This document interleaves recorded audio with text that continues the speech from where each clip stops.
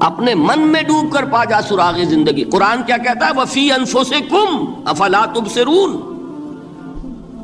اور تیسری اہم ترین آیات کیا ہے؟ آیات قرآنیہ. ان تینوں میں گہرا ربط ہے. آیات آفاقی، آیات انفسی، آیات قرآنی.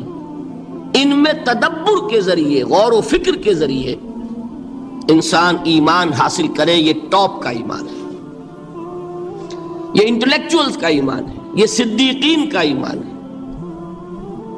نمبر 2، ایک ایمان ہے عوام کے لیے، اس کے 2 راستے ہیں. نمبر 1، صاحب یقین کی صحبت. جس کے اندر یہ ایمان پیدا ہو چکا ہو، آپ اس کے قریب رہیے. اگر بھٹی کے سامنے بیٹھیں گے حرارت پہنچے گی، اگر آپ برف کی سل کے قریب ہوں گے ٹھنڈ پہنچے گی.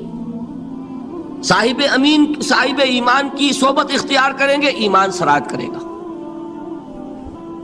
یہ ہے عوام کے لیے صحبت. کونوا مع الصادقین، ان کی صحبت اختیار. تیسرا ذریعہ ہے جو ہمارے لیے خاص طور پر جو مسلمان پیدا ہوئے ہیں.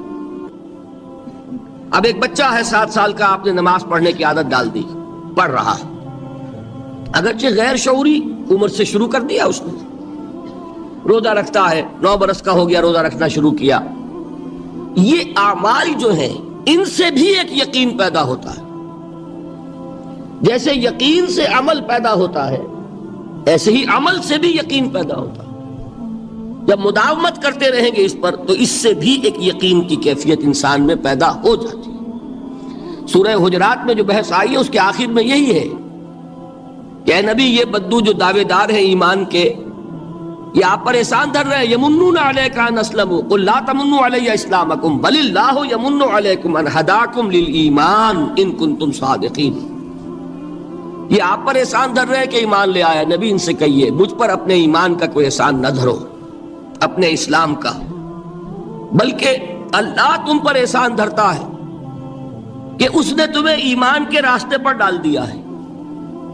جب اسلام پر آ گئے ہو تو عمل کرتے رہو گے. ان تطیعوا اللہ ورسولہ، اگر عمل کرتے رہو گے تو اس عمل کے ذریعے سے بھی تمہارے اندر ایمان پیدا ہو جائے گا. تو یہ 3 راستے ذہن میں رکھیے. جو عوام ہے، غور و فکر، سوچ بچار، اس کی صلاحیت نہیں یا مواقع نہیں، ان کے لیے یہ 2 راستے ہیں، یقین بذریعہ عمل اور یقین بذریعہ صحبت. یہاں سے اٹھا رہے ہیں لوگوں کو، بار بار یہیں آ جاتے ہیں. آپ یادو یہاں پر لیکن ان کو دقت ہوتی. یہاں پہ کوئی صاحب پہلے سے روک دیا کرے نا، جو بعد میں گڑبڑ ہوتی. کہیں بڑھیں گے. تو ایک ایمان ہے انٹلیکچوئلز کا، صدیقین کا، جن کو قرآن کہتا ہے اولو الالباب الذین یعقلون. ان فی خلق السماوات والارض واختلاف اللیل والنہار لآیات لأولی الالباب. ہوش مندوں کے لیے، عقل مندوں کے لیے، غور و فکر کرنے والوں کے لیے، اصحاب دانش و بینش کے لیے ہماری کائنات میں ہماری نشانیاں ہیں. غور کرو اور ہمیں پہچانو، خود اپنے اندر جھانکو اور ہمیں پہچانو. اور ہماری آیات جو ہیں ہمارے کلام کی، اس کی آیات جو ہیں ان میں وہ ایمان رچا بسا ہوا ہے. ان پر غور کرو، غوطہ زنی کرو. قرآن میں ہو غوطہ زن ہے مرد مسلمان. یہ ہے ٹاپ کا ایمان، یہ ہے اصل وہ ایمان کہ جو مطلوب ہے. اب باقی حضرات جو ہیں ان کے قریب رہیں گے، ایمان حاصل کر لیں گے، اور جو اعمال اللہ نے بتائے ہیں ان پر عمل کرتے رہیں گے، ایمان حاصل. اب دوسری بات کی طرف آئیے، نفاق سے کیسے بچا جائے. اس کے لیے بھی 3 عمل ہیں. پہلی چیز، اور 2 چیزیں تو وہ ہیں کہ جو سورہ منافقون ہی کے دوسرے رکوع میں بیان ہوئی. پریونشن کیسے ہوگی، بچو گے کیسے؟ دوام ذکر، اللہ کو یاد رکھو. یا ایھا الذین آمنوا لا تلہکم اموالکم ولا اولادکم عن ذکر اللہ ومن یفعل ذلک فاولئک هم الخاسرون. دل کو غفلت میں مت آنے دو. دل غافل ہوگا شیطان کا ڈیرا بن جائے گا. وہ دوام ذکر میں، البتہ یہ ذہن میں رکھیے کہ دوام ذکر کا ذریعہ کیا ہے، اس میں مغالتے ہیں لوگوں کو. جو سب سے بڑا ذکر ہے اس کو بھولے ہوئے ہیں. اور جو تیسرے چوتھے نمبر کا ذکر ہے اس کو سمجھ بیٹھے ہیں کہ بس یہی ذکر ہے. سب سے بڑا ذکر، مجسم ذکر قرآن ہے. الذکر انا نحن نزلنا الذکر وانا له لحافظون. وہ الذکر کون سا ہے؟ قرآن. اسی کو فرمایا، میں نے وہ آیت سنائی تھی کہ لوگ تنزیہ کہتے تھے، یا ایھا الذی نزل علیہ الذکر انک لمجنون. حضور سے مخاطب ہو کر کہتے ہیں فلاں جس کے اوپر کے اس کے خیال کے مطابق ذکر نازل ہوا ہے، ہم تو تمہیں پاگل سمجھتے ہیں. وہاں بھی لفظ کیا ہے؟ الذکر. تو معلوم کیا ہوا؟ انا انزلنا الیک الذکر لتبین للناس ما نزل الیہم. یہ الذکر ہے. تو اس سے بڑا ذکر کوئی نہیں. تلاوت قرآن، تدبر قرآن، غور و فکر قرآن کا، قرآن کو یاد کرنا. اس پر میرا کتاب چاہے مسلمانوں پر قرآن مجید کے حقوق، اب تو یہاں شاید کوئی کتاب موجود نہیں رہی ہے، بہرحال اگر آپ کو ضرورت ہوتی ہے پاکستان سے منگا لیتے ہیں ہر شے، پڑھیے انشاءاللہ آ جائے گی چیزیں. نمبر 2 ذکر کیا ہے؟ اقیم الصلاۃ لذکری. نماز کو قائم کرو میری یاد کے لیے. یہ ذریعہ ذکر میں وہ تو ہے ہی مجسم ذکر، اور یہ ذریعہ ذکر میں سب سے اہم ہے. یہ عملی ذکر بھی ہو رہا ہے اور قولی بھی ہو رہا ہے. سورہ فاتحہ پڑھی آپ نے، قرآن شریف کی کچھ آیات پڑھی، پھر رکوع کیا. یہ رکوع جو ہے یہ آپ کا عملی ذکر ہے کہ آپ نے اپنے وجود سے اللہ کی عظمت کو تسلیم کیا. پھر آپ سجدے میں گرے، یہ آپ کا عملی ذکر ہے کہ اپنے وجود سے آپ نے اللہ کی عظمت کو اور تسلیم کیا. تیسری چیز ہے مسنون دعائیں اور مسنون اذکار جو حضور سے ثابت. ہمارے ہاں کیا ہو گیا؟ مجھے فلاں بزرگ نے یہ چیز بتائی ہے، وہ تو پڑھتے چلے جا رہے ہیں. نہ قرآن سے دلچسپی، نہ اذکار مسنونہ سے دلچسپی. ادعیہ معصورہ، آپ غور کریں گے کہ زندگی کے ہر عمل کے لیے حضور کی دعا موجود ہے. صبح اٹھے دعا ہے، آنکھ کھلتے ہی بیت الخلاء میں داخل ہونے لگے دعا ہے، نکلے دعا ہے، وضو کرنے بیٹھے دعا ہے، فارغ ہوئے دعا ہے، مسجد کے لیے گھر سے نکلے دعا ہے، مسجد میں داخل ہوئے دعا ہے. مسجد میں تو ہے ہی ذکر، نماز ہے، تلاوت ہے. باہر نکلے دعا ہے، گھر میں داخل ہونے لگے پھر دعا ہے. سواری پر سوار ہو رہے ہیں دعا ہے، اتر رہے ہیں دعا ہے، شیشہ دیکھ رہے ہیں دعا ہے، کپڑے پہن رہے ہیں دعا. زندگی کا کوئی عمل نہیں یہاں تک کہ جو تعلق زن و شو ہے، جس کو کہ خالص حیوانی بات سمجھا جائے گا، اس کے لیے بھی دعا ہے. غفلت میں وہ کام بھی نہیں کرتا.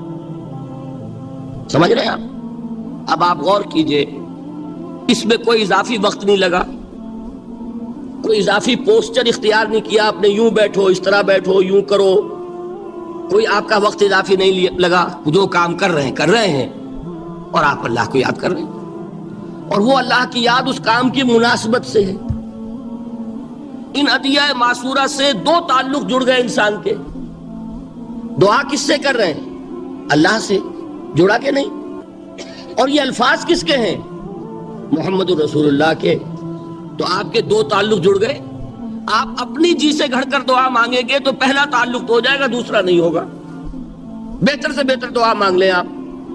لیکن حضور سے جو معصور اور مسنون الفاظ جب آپ زبان سے نکالتے ہیں تو آپ کا تعلق اللہ سے بھی ہوا بذریعہ دعا، اور وہ الفاظ چونکہ حضور کے ہیں صلی اللہ علیہ وسلم تو حضور کے ساتھ ہوا. یہ تیسرا درجہ ہے. چوتھے درجے میں مانتا ہوں کہ ایک ہوتی ہے خاص کسی شخص کے امراض کی تشخیص کرنے کے بعد تجویز.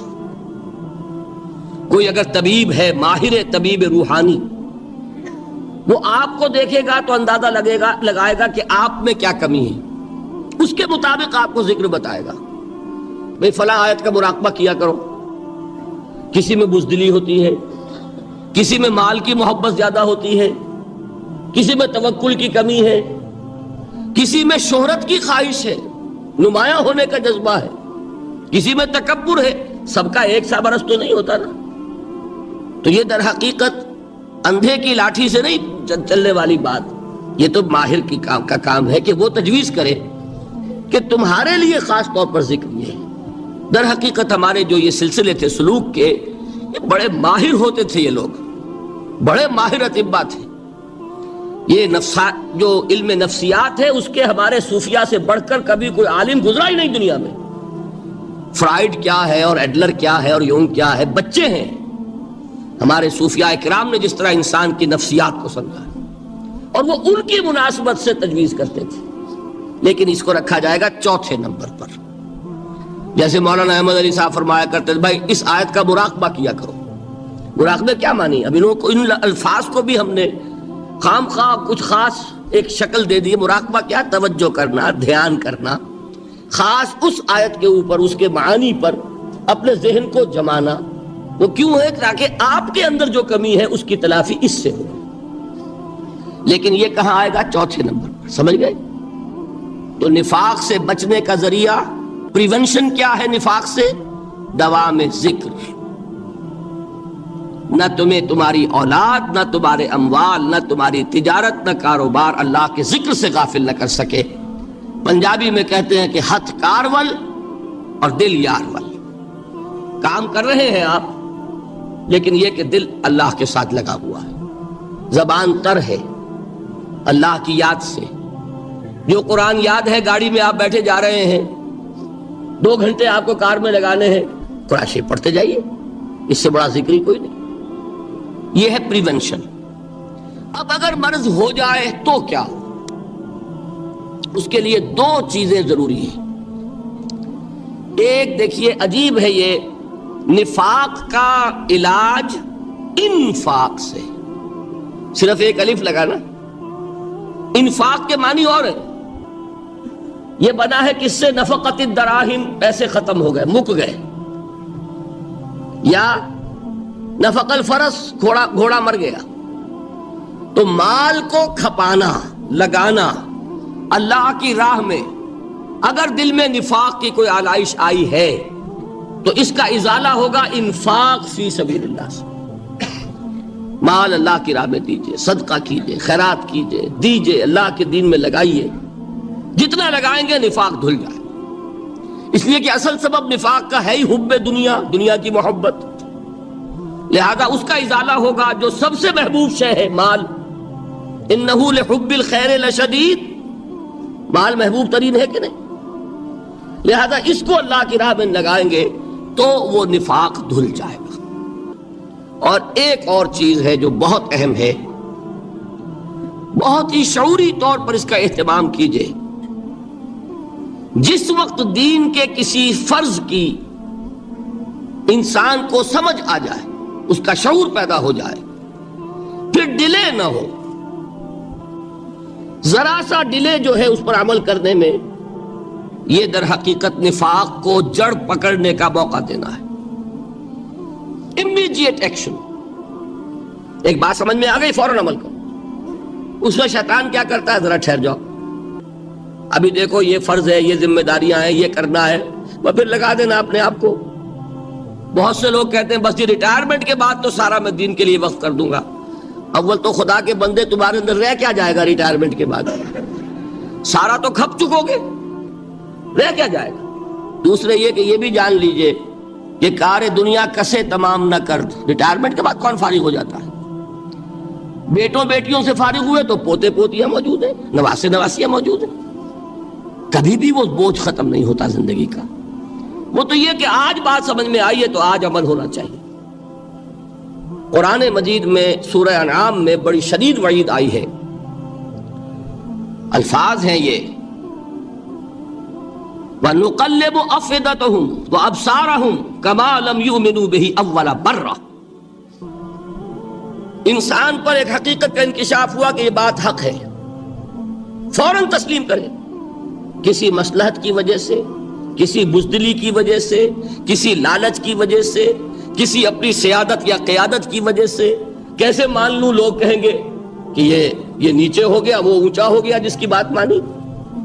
کسی وجہ سے رک گئے تو اللہ تعالیٰ اندر سے وہ جو استعداد ہے حق کو پہچاننے کی وہ سلب کر لیتا ہے. وَنُقَلِّبُ أَفْئِدَتَهُمْ وَأَبْصَارَهُمْ. ہم الٹ دیں گے ان کے دلوں کو بھی اور ان کی آنکھوں کو بھی. کیوں؟ کما لم یؤمنوا بہ اول مرہ، اس لیے کہ وہ پہلی مرتبہ جب انکشاف حق ہوا ہے وہ ایمان نہیں لائے۔ اس کا میں ایک واقعہ آپ کو سنانا چاہتا ہوں کہ کس طرح صحابہ کرام پر بھی وقتی طور پر یہ واقعہ اگر صحابہ کرام کا نہ ہوتا تو یہ حقائق سمجھ میں نہ آتے۔ غزوہ تبوک کے موقع پر یہ میں جملہ انکمپلیٹ رہ گیا، ضعف ایمان کا حملہ ہو جاتا تھا، نفاق کا نہیں معاذ اللہ، لیکن ضعف ایمانی کی اگلی منزل شروع ہو جاتی ہے نا نفاق۔ جہاں جھوٹ بولنا شروع کیا نفاق، جھوٹی قسمیں کھانی شروع کی سیکنڈ سٹیج، اور جہاں مومنین صادقین سے بغض اور عداوت پیدا ہو گیا تو تھرڈ سٹیج۔ تو وہ ضعف ایمان کا کیسے ہوتا ہے یہ حضرت کعب ابن مالک نے بڑی تفصیل سے بیان کیا ہے۔ غزوہ تبوک کے موقع پر جہاں منافقین نے آ کر جھوٹے بہانے بنائے، جھوٹی قسمیں کھائیں اور حضور سے ایگزمپشن لے لی، چھٹی لے لی، رخصت لے لی، وہاں 3 ایسے صحابہ بھی تھے جو مومن صادق تھے، لیکن وقتی طور پر شیطان نے انہیں ورغلایا۔ کیسے ورغلایا وہ سمجھ لیجیے۔ کعب ابن مالک نے تفصیل سے بیان کیا ہے، اور میرے نزدیک یہ جہاں تک میرا مطالعہ ہے طویل ترین حدیث ہے، بخاری اور مسلم میں بھی موجود ہے۔ حضور جب واپس آئے ہیں اور اب آپ نے ایک ایک کو بلایا، جن لوگوں نے تو پہلے جھوٹی قسمیں کھا لی تھی ان کو تو بلانے کی ضرورت نہیں تھی، لیکن کچھ لوگ ایسے بھی تھے کہ جنہوں نے ایگزمپشن بھی نہیں لی تھی اور گئے بھی نہیں تھے۔ اب ان کو آپ نے ایک ایک کر کے پیشی ہوئی، آپ کیوں نہیں گئے تھے؟ تو اب جو منافقین تھے ان میں سے انہوں نے اس موقع پہ جھوٹی قسمیں کھا لی۔ خدا کی قسم حضور ہم تو بالکل تیار تھے، پوری میں نے تیاری بھی کر لی تھی، پورا ارادہ تھا، یہ وقتی طور پر یہ مصیبت مجھ پر آ پڑی۔ جس نے قسم کھائی انہوں نے کہا اچھا ٹھیک ہے جائیے۔ کعب ابن مالک کی باری آئی تو ان کے الفاظ اپنے یہ کہ جب میں پیش ہوا تو حضور کے چہرے مبارک پر ایک غصے والی مسکراہٹ تھی، زہر خند کہتے ہیں، ایک مسکراہٹ ہے لیکن غصے کے ساتھ، غضبناک۔ آپ فرمائیے آپ کیوں نہیں گئے؟ حضرت کعب یہ فرماتے ہیں کہ میں نے عرض کیا کہ حضور زبان میرے پاس بھی ہے، جھوٹ میں بھی بول سکتا ہوں، لیکن جھوٹ بول کر میں اس وقت آپ کی ناراضگی سے تو بچ جاؤں گا لیکن اللہ کے پکڑ سے نہیں بچ سکوں گا۔ میں اعتراف کرتا ہوں کہ جتنا صحت مند میں اس زمانے میں تھا کبھی نہیں تھا، جتنا فارغ البال اس وقت تھا کہ میرے پاس ساز و سامان موجود تھا راستے کے لیے، اتنا میں کبھی نہیں تھا۔ لیکن ہوا کیا؟ ہوا یہ کہ مجھے میرے نفس نے، شیطان نے پٹی پڑھائی۔ وہ پٹی کیا پڑھائی کہ حضور تو 30,000 کے لشکر کے ساتھ چلیں گے تو لشکر تو سلولی موو کرے گا نا، تمہارے پاس بڑی تکڑی، بڑی توانا صحت مند اونٹنی ہے، تم ذرا 2 دن بعد چلنا تیزی کے ساتھ اور حضور سے مل جانا، بس یہ تاخیر کا حربہ۔ تو انہیں خیال آیا کہ ابھی 2 دن گھر کی ٹھنڈی چھاؤں ہے، میں یہاں پہ جو آرام ہے وہ کر لوں۔ مجھے جگر کا شعر یاد آیا ہے کہ تپتی راہیں مجھ کو پکاریں، دامن پکڑے چھاؤں گھنیری۔ ایک طرف فرض کی پکار ہے، اس میں تو ظاہر بات ہے کہ وہ تپتی راہیں ہیں، لا تنفروا فی الحر سنا چکا ہوا آیت۔ یہاں گھر میں، نخلستان میں، کھجوروں کی چھاؤں میں، اہل و عیال میں یہ ٹھنڈی چھاؤں جو ہے یہ پکڑ رہی ہے، بھائی 2 دن ٹھہر کے چلے جانا، ٹھیک ہے، کوئی نیت میں خرابی نہیں نا۔ اس کے بعد پھر جب ابھی 2 دن اور ٹھہر جاؤ، یہ تو بڑا لمبا سفر ہے، ذرا تیز اور دوڑ لینا۔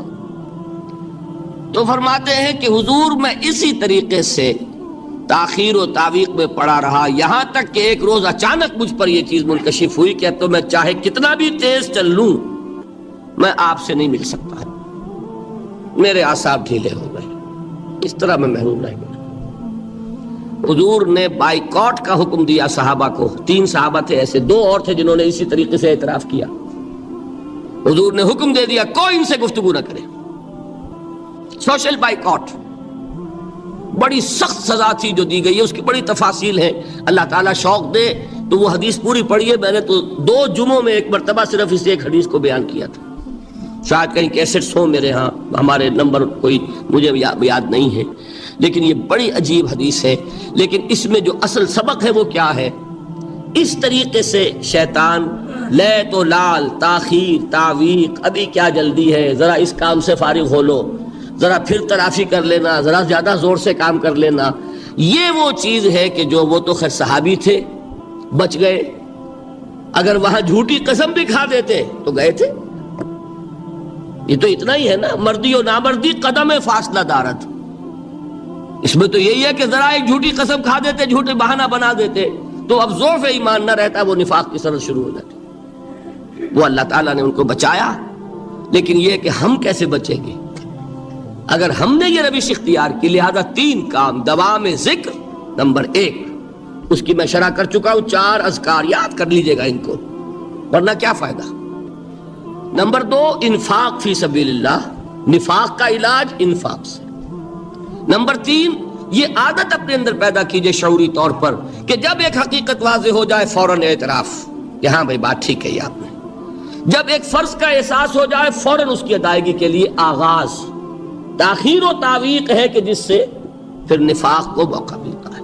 اللہ تعالیٰ مجھے اور آپ کو حقیقی ایمان عطا فرمائے اور نفاق سے بچائے رکھے۔ اب آئیے حقیقت و اقسام شرک پر۔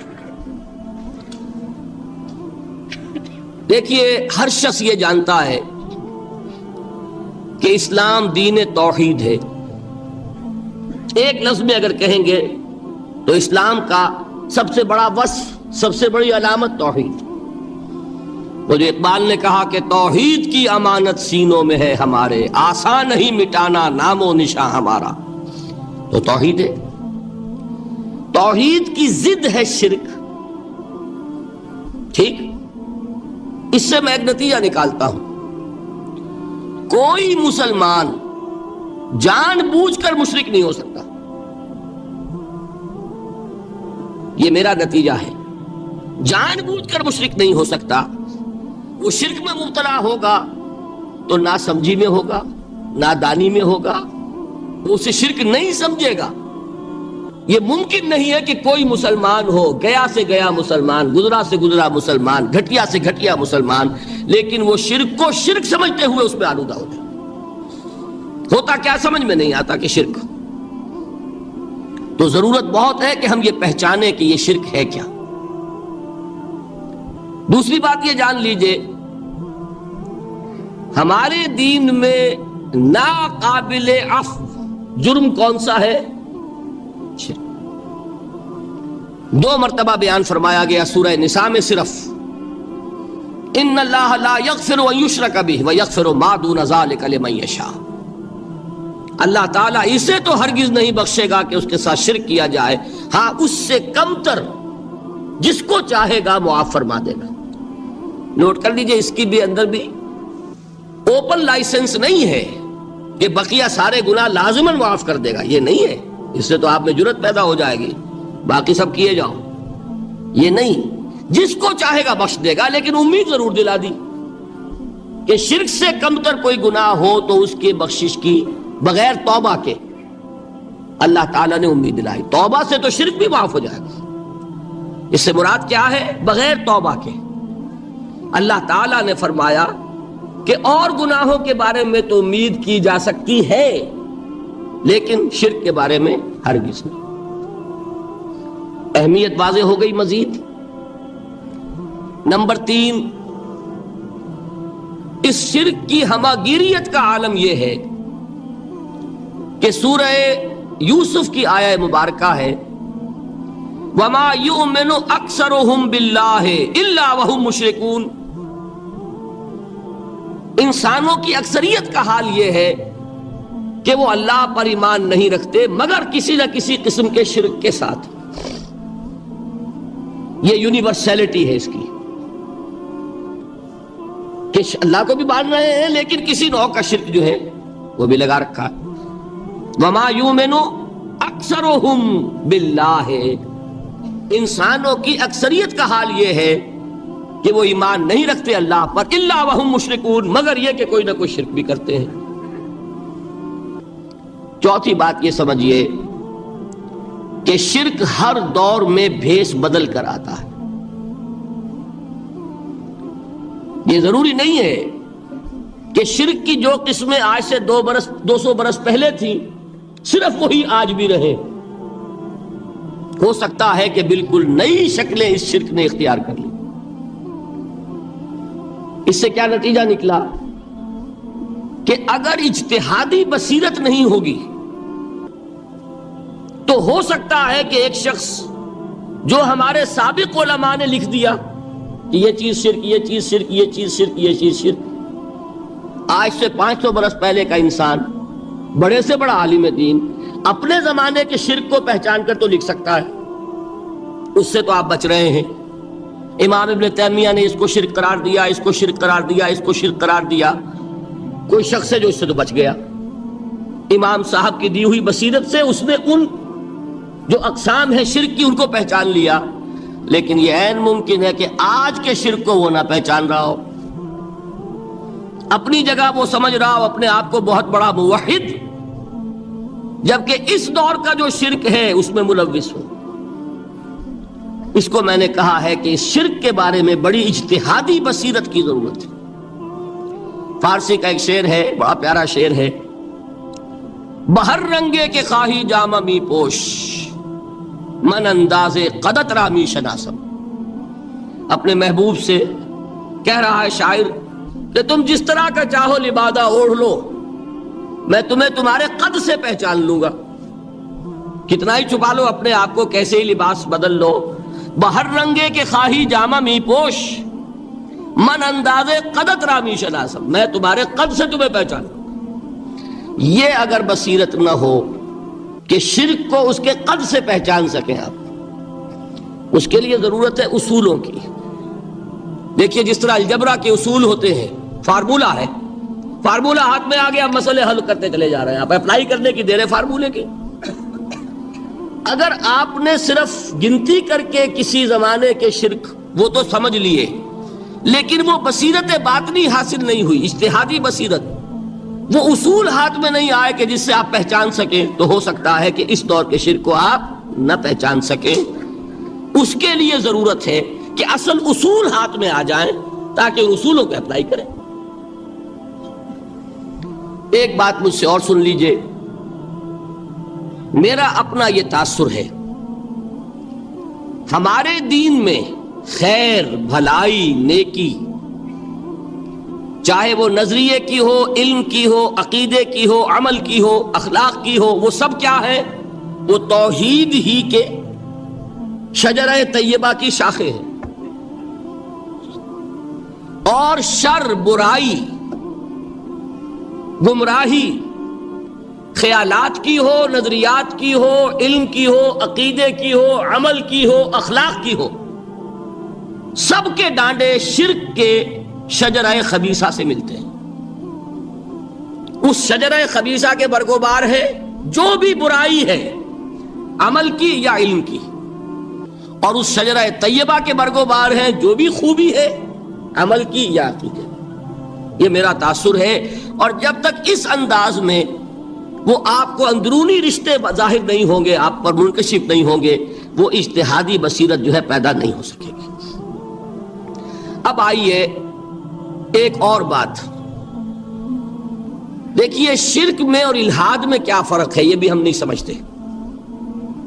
الحاد، مادہ پرستی، وہ کیا ہے؟ ایتھیزم، کسی بھی خدا کا انکار. ہمارے آج کے دور کی سب سے بڑی گمراہی یہ ہے. شرک کیا ہے؟ خداؤں کو ماننا. یہ کیا ہے؟ تھیزم ہے، لیکن پولی تھیزم ہے. توحید کیا ہے؟ مونو تھیزم ہے، ایک خدا کا ماننا. لیکن شرک کے اندر ایک اور حقیقت کو پہچان لیجئے، شرک میں ہمیشہ ٹاپ پر ایک خدا کو مانتے ہیں، باقی سارے خدا نیچے ہوتے ہیں. اوپر جا کر وہ توحید ہوگی ہمیشہ. کوئی مشرکانہ نظام ایسا نہیں ہے جو ٹاپ پر جا کر توحید نہ بن جائے. دیکھیے ہندو دیویاں دیوتا بے شمار، لیکن مہادیو وہ بھی کیا دو ہیں؟ مہادیو وہ تو ایک ہے. انگریزی میں گاڈز گاڈیسز، لیکن وہ چھوٹے جی سے لکھے جائیں گے. چھوٹے جی سے لکھے جانے والے gods and goddesses, Roman mythology ہو، گریک مائتھولوجی ہو، ان دیویوں دیوتاؤں کے نام ہی آپ نہیں یاد کر سکتے. لیکن گاڈ بڑے جی سے وہ ایک ہے کہ نہیں؟ ٹاپ پر جو ہے وہ ایک ہے.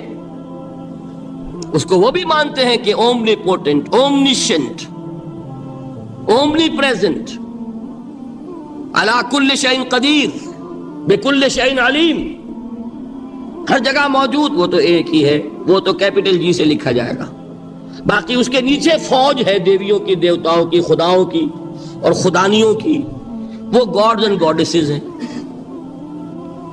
عرب میں کیا تھا؟ میں نے پہلے آپ کو وہ دو مثالیں دے دی ہیں، تیسری اور ایران کی لے لیجئے.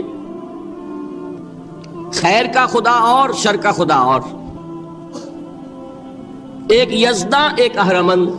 ٹھیک، سنویت ہو گئی نا، دو خداؤں کو مانا. لیکن وہی ہے جو خدائے خدائے گاں، خداؤں کا خدا، اس کو ایک ہی مانتے ہیں. یہی معاملہ عرب میں تھا.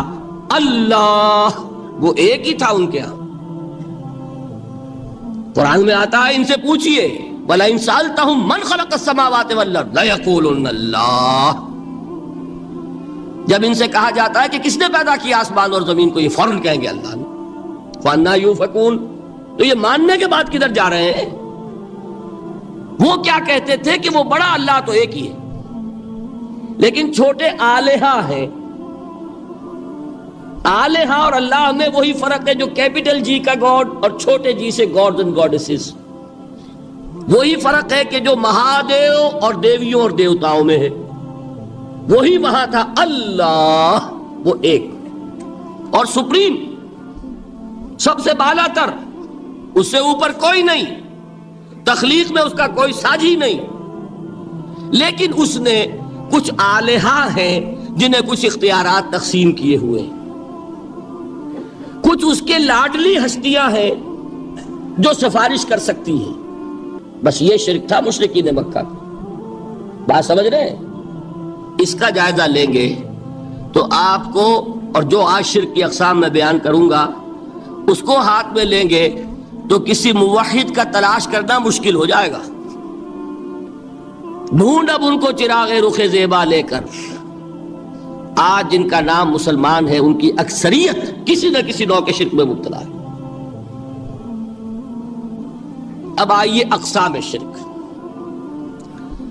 اقسام شرک میں بھی وہی کیفیت ہے جو نفاق کے بارے میں نے عرض کی تھی کہ ایک تقسیم یہ ہے جو علماء نے کی ہے، ایک ہے عقیدے کا نفاق، ایک ہے عمل کا نفاق. اسی طرح ایک ہے عقیدے کا شرک، ایک ہے عمل کا شرک.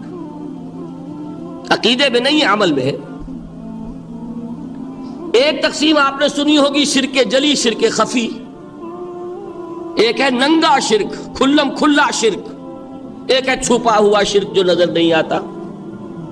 لیکن ایک مغالطہ اپنے دل سے نکال دیجئے، بعض لوگ شرک خفی کو شرک نہیں سمجھتے.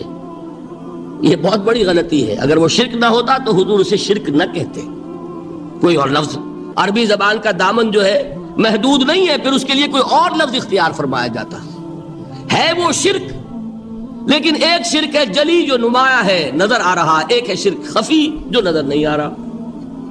اور وہ کتنا خفی ہو سکتا ہے اس کی ایک مثال دی حضور نے.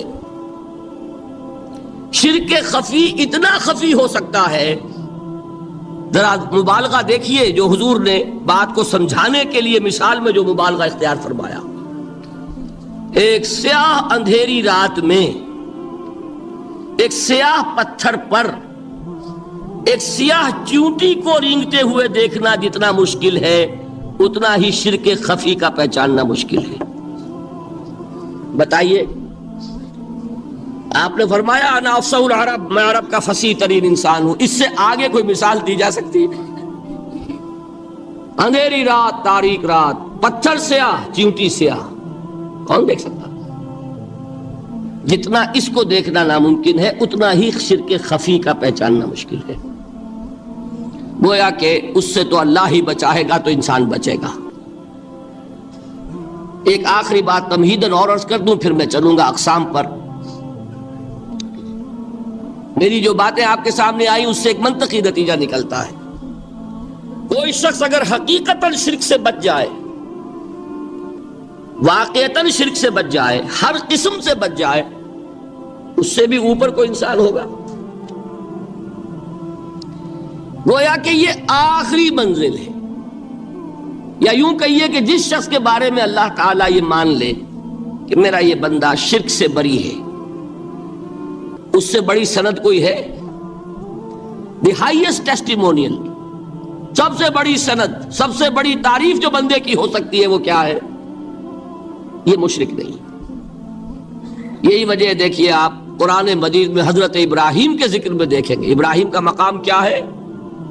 خلیل اللہ، ابو الانبیاء، امام الناس، تین نسبتیں ہیں، تینوں بڑی عظیم۔ اللہ کے ساتھ نسبت کیا ہے؟ خلیل، واتخذ اللہ ابراہیم خلیلا۔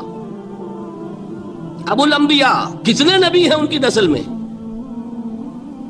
اسحاق اور اسماعیل سے چلیے، پھر یعقوب اور یوسف، اور پھر چلیے موسیٰ اور ہارون، اور پھر چلیے سارے انبیاء بنی اسرائیل کے، حضرت عیسیٰ، پھر یہاں تک کہ محمد الرسول اللہ کس کی اولاد ہیں؟ ابراہیم کی، ابو الانبیاء۔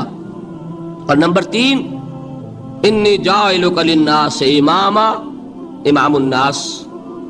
اور قرآن میں جو سب سے بڑی سند انہیں دی جاتی ہے وہ کیا؟ وما کان من المشرکین،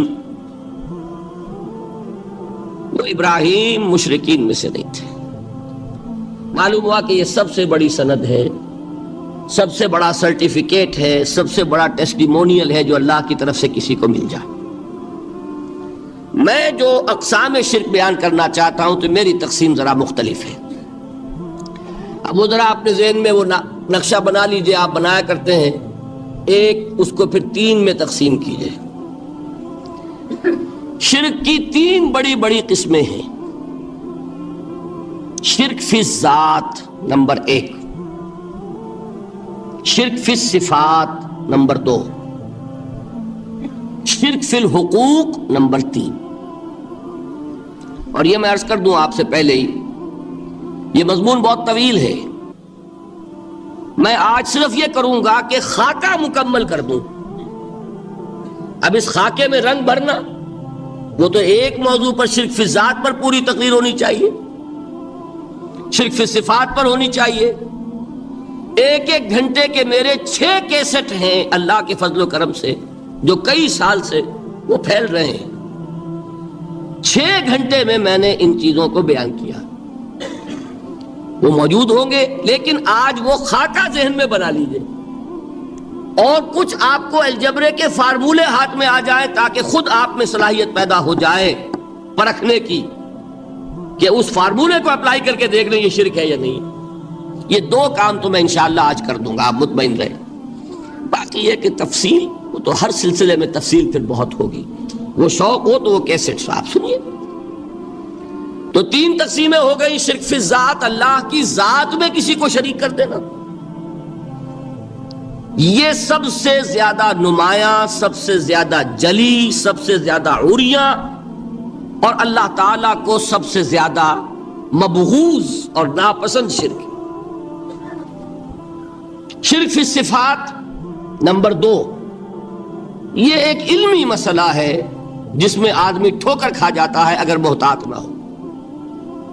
بڑے سے بڑے آدمی کو ٹھوکر لگ جائے گی، اس کا میں فارمولہ صرف آپ کو دوں گا، وہ ذہن میں رکھ لیجئے، پھر جہاں چاہیں اپلائی کیجئے، انشاءاللہ تعالی آپ کو ٹھوکر نہیں لگے گی۔ شرک فی الحقوق، اسی کا دوسرا نام شرک فی العبادت ہے۔